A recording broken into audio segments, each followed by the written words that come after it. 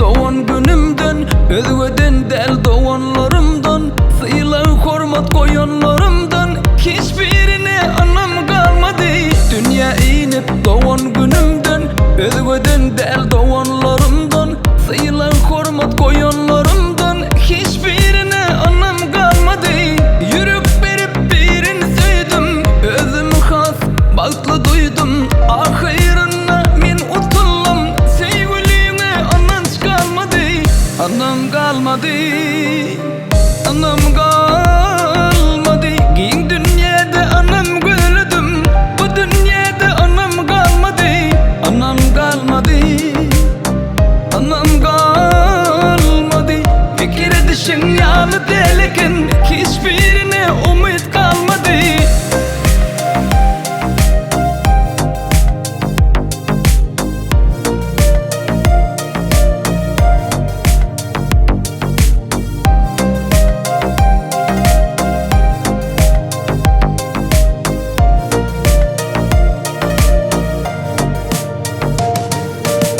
Barlı vaqtın yeke koymaz, köpeler ayzi üzülmez. Kayın gününde biri gelmez, dostluğa da anam kalmadı. Yakın sırap il yüzüne, uluk salıp her sözüne, gözün dikip mal mülküne, yakınlığa anam kalmadı. Sevgiden dostluktan